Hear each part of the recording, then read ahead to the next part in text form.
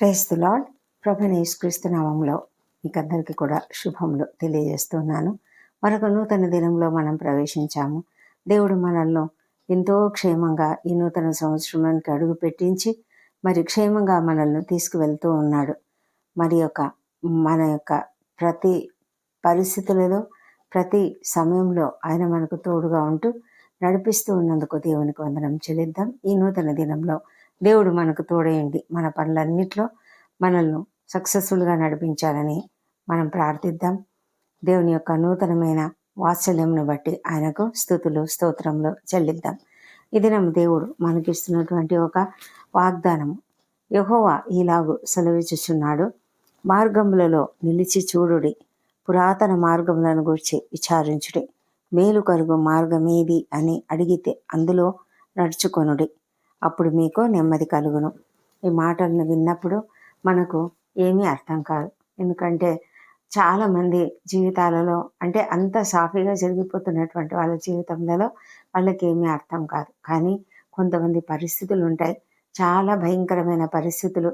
అంటే ఒకవైపు అనారోగ్యము, ఇంకొక వైపు తప్పనిసరిగా ఒక ఉద్యోగం చేయవలసిన అవసరత, లేకపోతే మన ప్రియమైన వారు భార్య అనారోగ్యంతో బెడ్లో ఉందా, భర్త అనారోగ్యంతో బెడ్లో ఉన్నాడా, వాళ్ళని వదిలిపెట్టి మనం ఉద్యోగానికి వెళ్ళవలసి వస్తుందా, లేకపోతే పిల్లలు ఒంటరిగా ఉంటున్నారు, మనమైతే ఖచ్చితంగా ఉద్యోగానికి వెళ్ళాలి, మనకు సహాయకులు ఎవరూ లేరు. ఇలాంటి సమయంలో నేను ఏం చేయాలి అని ఒక రకమైనటువంటి ఒక మధ్య దారిలో నిలబడిపోయి అటు ఇటు చూస్తూ ఉన్నామేమో. ఎలాంటి పరిస్థితులలో మనం ఉన్నామో మనకు తెలియదు. మన యొక్క జీవితంలో మరి కొన్ని ఒక డెసిషన్ తీసుకోలేనటువంటి పరిస్థితి, ఏం చేయాలో అర్థం కానటువంటి పరిస్థితి, చాలా విపరీతమైన ఒక టెన్షన్లో, ఒక ప్రెషర్లో మనం ఉంటాము, సఫోకేటింగ్గా ఫీల్ అవుతూ ఉంటాము.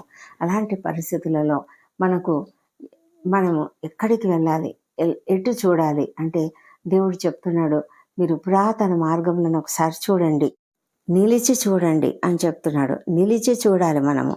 మనము మన మార్గంలో నిలిచినప్పుడు మనం చూడాలి. అంటే ఏది మంచి మార్గము అని మనము చూడాలి. మరి మనము పురాతన మార్గం అంటే ఏంటి మనకు తెలియదు కదా.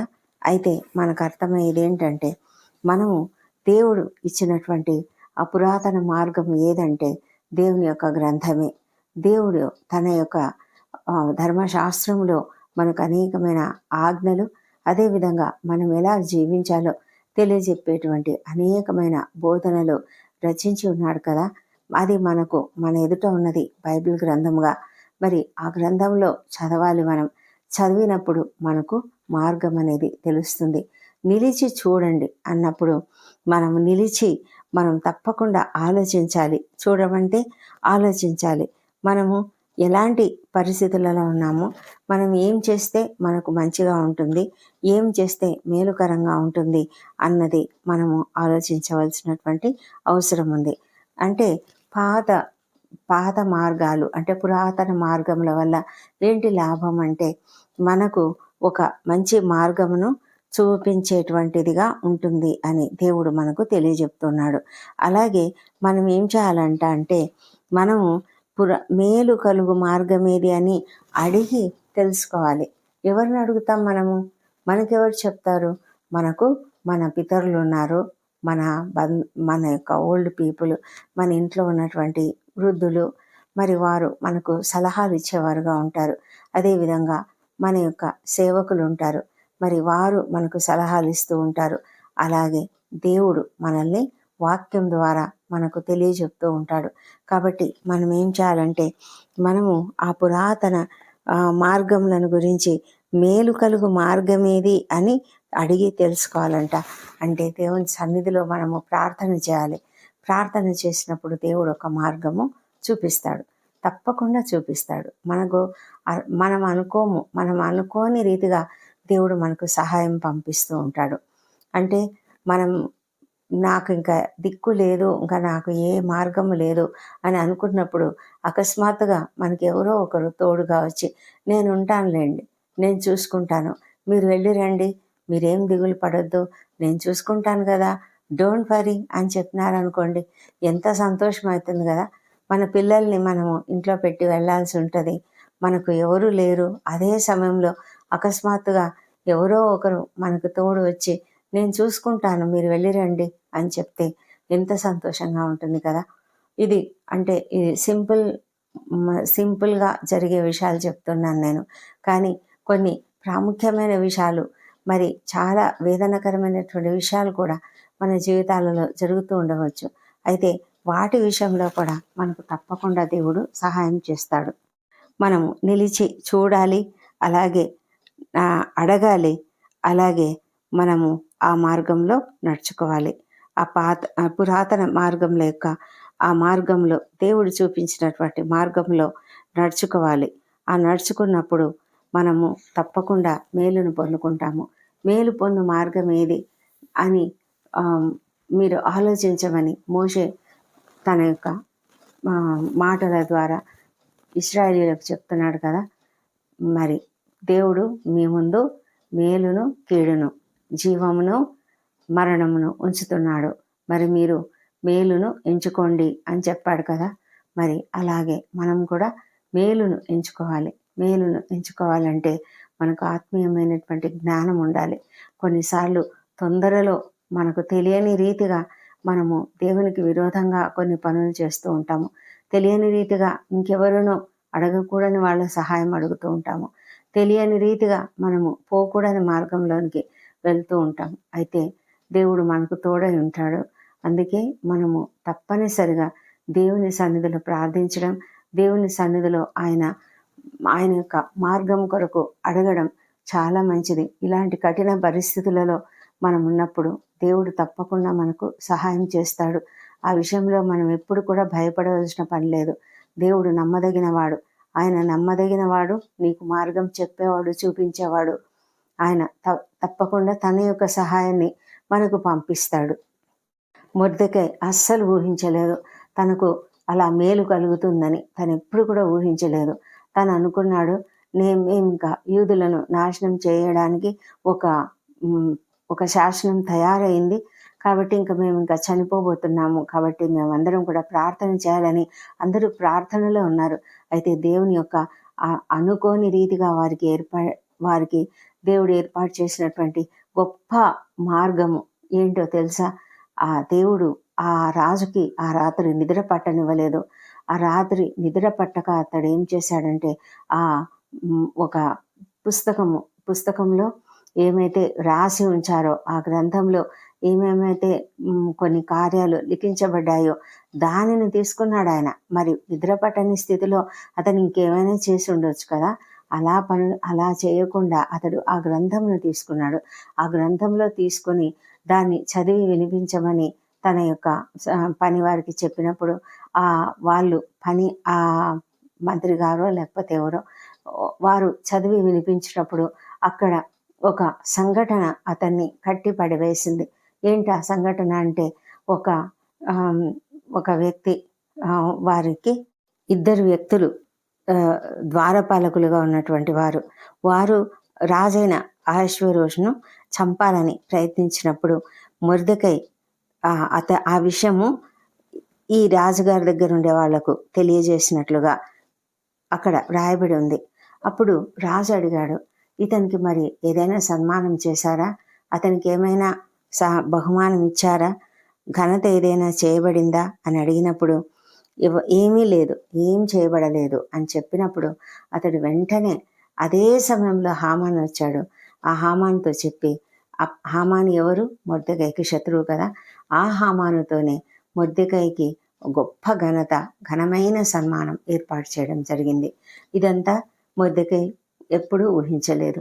ఇది దేవుని యొక్క ప్లాన్.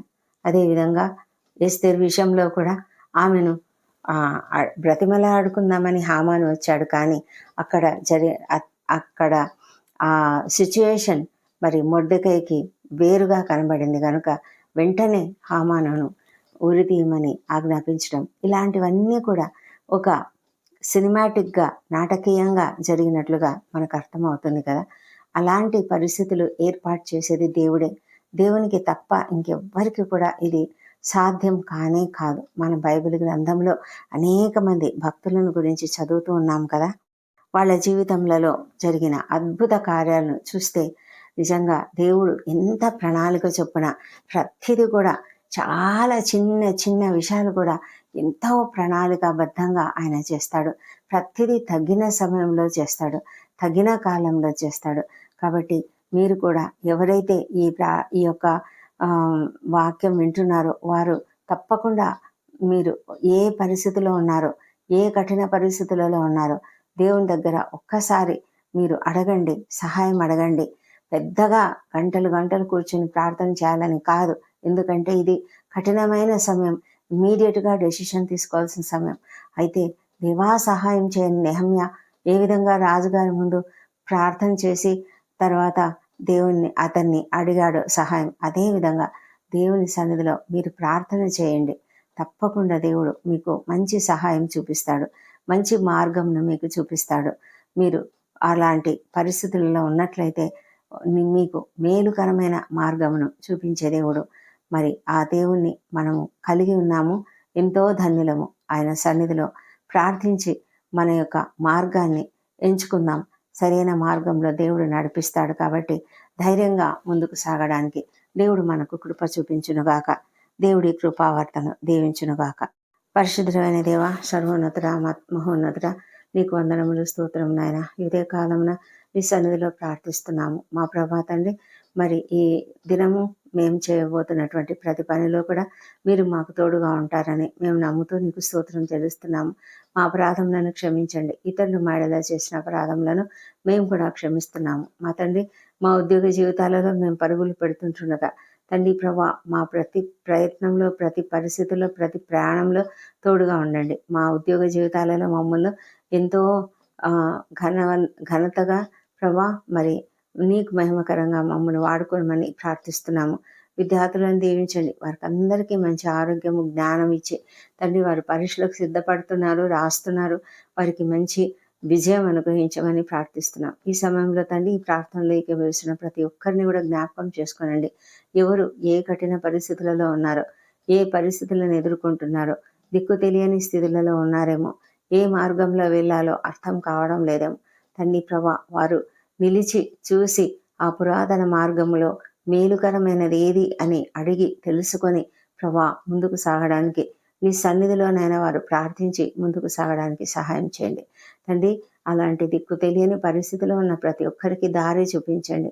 ఎంతోమంది ప్రభా భయంకరమైన వేదనకరమైన మరి అనారోగ్య పరిస్థితులలో ఉంటూ హాస్పిటల్స్లో ఉంటున్నారు తండ్రి. ఆకస్మిక ప్రమాదములు కలిగిన వారు తండ్రి, వారు కూడా హాస్పిటల్స్లో ఉంటున్నారు తండ్రి. వారిని చూసుకునే వాళ్ళు లేక దిక్కు తెలియని పరిస్థితులలో ఎంతోమంది ఉన్నారు నైనా. మార్గం తెలియని పరిస్థితులలో మరి ఆర్థికమైన పరిస్థితులు, ఆర్థికమైన ఇబ్బందులు కలిగినటువంటి పరిస్థితులలో అనేక మంది ఉన్నారు మా తండ్రి దేవా. మరి ప్రభా ఏం చేయాలో దిక్కు తెలియని పరిస్థితులు తండ్రి. మా ప్రభా ఏ మార్గంలో వెళ్ళాలో తెలియని పరిస్థితులు మా తండ్రి దేవా. చిన్న బిడ్డలను, చంటి బిడ్డలను ఇంట్లో వదిలి మరి వర్క్కు వెళ్ళాల్సినటువంటి వారు, ఏ దిక్కు తెలియనటువంటి, ఏ పరిస్థితి సహాయకులు లేనటువంటి పరిస్థితిలో ఉన్న వారి తండ్రి దయ ఉంచి కనికరించండి. ఎంతోమంది ప్రభా మరి వృద్ధులు పడకలలో ఉన్నప్పుడు తండ్రి వారిని చూసుకునే వాళ్ళు లేక ఎంతమంది కష్టపడుతున్నారో ప్రభా. మరి తండ్రి ఉద్యోగం అయితే చేయాలి, లేకపోతే మరి గడవదు. మరి అలాంటి పరిస్థితులలో ఉన్న ఆ కుటుంబ సభ్యులను కూడా మీరు చూడండి నాయన. దయ ఉంచమని ప్రార్థిస్తున్నాం ప్రభా. నీవు గొప్ప దేవుడవు, ప్రేమ కలిగిన దేవుడవు, ప్రతి ఒక్కరి పరిస్థితిని ఎరిగినటువంటి దేవుడవు తండ్రి. మీకు అసాధ్యమైనది ఏదీ లేదు. ప్రతి ఒక్కరిని కూడా సరైన మార్గంలో నడిపించండి మా తండ్రి. ప్రతి ఒక్కరు కూడా తండ్రి నిర్లక్ష్యం చూపించకుండా, అలసత్వం చూపించకుండా తప్పక ప్రార్థన చేయనట్లుగా సహాయం చేయమని ప్రార్థిస్తున్నాం తండ్రి. మా తండ్రి ఈ దినము ఎవరెవరైతే ఇంటర్వ్యూలకు హాజరవుతున్నారో వారికి విజయం అనుగ్రహించండి. నిరుద్యోగులకు ఉద్యోగంలో దయచేయండి తండ్రి. మా ప్రభానైనా మరి వివాహ ప్రయత్నం సఫలం చేయండి. సంతానం కొరకు నీ వైపు చూస్తున్న ప్రతి బిడ్డను కూడా దర్శించండి ప్రభా. వారిని మీ పునరుత్థాన శక్తితో నింపి చక్కటి సంతానం అనుగ్రహించమని ప్రార్థిస్తున్నాము. గర్భిణీ స్త్రీలను ఆశ్రయించండి. వారికి సుఖమైన ప్రసవం అనుగ్రహించండి. ప్రతి కుటుంబంలో శాంతిని, సమాధానం అనుగ్రహించండి తండ్రి. మా ప్రభా మా ఎదుట ఉన్నటువంటి ప్రతి పరిస్థితిని బట్టి మేము జ్ఞానంతో తండ్రి నీ సన్నిధిలో ప్రార్థించి ముందుకు సాగడానికి సహాయం చేయమని, మేలుకరమైనటువంటి మార్గం ఎంచుకునే కృపను దయచేయండి. అనారోగ్యంతో మరి వెంటిలేటర్‌పై ఉన్నవారు, ఐసీయూలో ఉన్నవారు, అనేక రకాల పరిస్థితులలో ఉన్నటువంటి వారిని తండ్రి స్వస్థపరచమని ప్రార్థిస్తున్నాము. యాక్సిడెంట్లు అయి తండ్రి మరి ఫ్రాక్చర్స్ అయినటువంటి వాళ్ళని మీరు దర్శించమని ప్రార్థిస్తున్నాము. సంపూర్ణమైనటువంటి ఆరోగ్యమును దయచేయండి. సర్జరీలో వెళ్తున్నటువంటి వారికి తప్పకుండా క్షేమకరమైన సర్జరీ జరుగునట్లుగా సహాయం చేయమని ప్రార్థిస్తున్నాము. వారికి శక్తిని, బలంని అనుగ్రహించమని వేడుకొంచున్నాం తండ్రి. మా తండ్రి దేవా, మీరు సమస్తము బాగు చేయగలిగిన గొప్ప శక్తిమంతులు. డాక్టర్లకు, నర్సులకు కావాల్సిన జ్ఞానం అనుగ్రహించండి. ఇతర సిబ్బందిని దీవించండి. మా తండ్రి దేవా, మరి తండ్రి ఎన్నో భయంకరమైన వ్యాధులతో, క్యాన్సర్ వ్యాధులతో, కిడ్నీ వ్యాధులతో, ఇంకా ఇతర లివర్ ప్రాబ్లమ్స్, మరి లివర్ సిరోసిస్తో బాధపడుతున్న వారు, బ్రెయిన్‌లో సమస్యలు, మరి లంగ్స్‌లో సమస్యలు, హార్ట్‌లో సమస్యలు ఉన్న ప్రతి ఒక్కరిని కూడా స్వస్థపరిచి సంపూర్ణమైన ఆరోగ్యంను దయచేయమని ప్రార్థిస్తున్నాము. మా తండ్రి దేవా, మరి ఏ కుటుంబంలో అయితే ఎన్ని సమస్యలున్నాయో, కలతలున్నాయో, మనస్పర్ధలున్నాయో వాటిని తొలగించమని ప్రార్థిస్తున్నాం తండ్రి. మా తండ్రి సమస్తమును మీరు చక్కగా జరిగించే దేవుడు తండ్రి. ఎప్పుడైతే మేము ప్రార్థిస్తామో ఆ కుటుంబంలో తప్పకుండా నెమ్మది ఉంటుంది, సమాధానం ఉంటుంది. తండ్రి, మేము నెమ్మదిని కలిగి ఉండాలంటే సరైన మార్గంలో ఎంచుకోవాలి. ఆ విధమైనటువంటి ఆ జ్ఞానము మాకు అనుగ్రహించమని, ఆత్మీయ జ్ఞానమును మాకు అనుగ్రహించమని ప్రార్థిస్తున్నాం తండ్రి. ఉద్యోగ పరిస్థితులలో సమస్యలు ఎదుర్కొంటున్న ప్రతి ఒక్కరిని కూడా మరి దీవించి వారి పరిస్థితులన్నీ సరిచేయమని వేడుకొంచున్నాం. అందరిలో సమాధానం అనుగ్రహించమని ప్రార్థిస్తున్నాం తండ్రి. మా ప్రభా తండ్రి, మరి ఎవరెవరికైతే అన్యాయం జరిగిందో వారందరూ నీ సన్నిధిలో మరి అడుగుతున్నారు తండ్రి. కృప చూపించి వారి పక్షంగా వ్యాజ్యమాడమని ప్రార్థిస్తున్నాం ప్రభా. న్యాయం జరిగించమని ప్రార్థిస్తున్నాం తండ్రి. మా తండ్రి, నిస్సహాయతలో ఉన్న ప్రతి ఒక్కరిని కూడా మీరు సహాయం అనుగ్రహించి నడిపించమని ప్రార్థిస్తున్నాం. మా తండ్రి దేవా, మరి విద్యార్థులందరికీ మంచి జ్ఞానం అనుగ్రహించమని వేడుకొంచున్నాం తండ్రి. వీసాల కొరకు ప్రయత్నాలు చేస్తున్న వారికి తప్పకుండా మీరు సఫలత అనుగ్రహించమని వేడుకొంచున్నాము. ప్రపంచమంతటా శాంతి, సమాధానం అనుగ్రహించండి తండ్రి. మరి యుద్ధ వాతావరణం తీసివేయండి. అనేక భయంకరమైన పరిస్థితులు ఈ ప్రపంచంలోనూ మా దేశంలోనూ జరుగుతున్నాయి తండ్రి. కృప చూపించండి. ఇజ్రాయెల్ దేశం దీవించండి. యెరూషలేమును దీవించండి. వారి నగరులలో క్షేమం, వారి ప్రాకారములలో నెమ్మదిని దయచేయమని ప్రార్థిస్తున్నాము. మా దేవా తండ్రి, మా దేశమును దీవించి మా దేశంపై నీ పరిశుద్ధాత్మను కుమ్మరించమని వేడుకొంచున్నాం తండ్రి. ప్రతి ఒక్కరూ నిన్ను తెలుసుకునే కృపను దయచేయండి. మా ప్రభా, అధికారులు, ఉద్యోగులు, పరిపాలకులు అందరూ కూడా నీతిగా, నిజాయితీగా పనిచేయనట్లుగా సహాయం చేయమని ప్రార్థిస్తున్నాము తండ్రి. ఎంతోమంది రక్షణ లేని వారు ఉన్నారు. రక్షణ దయచేయండి.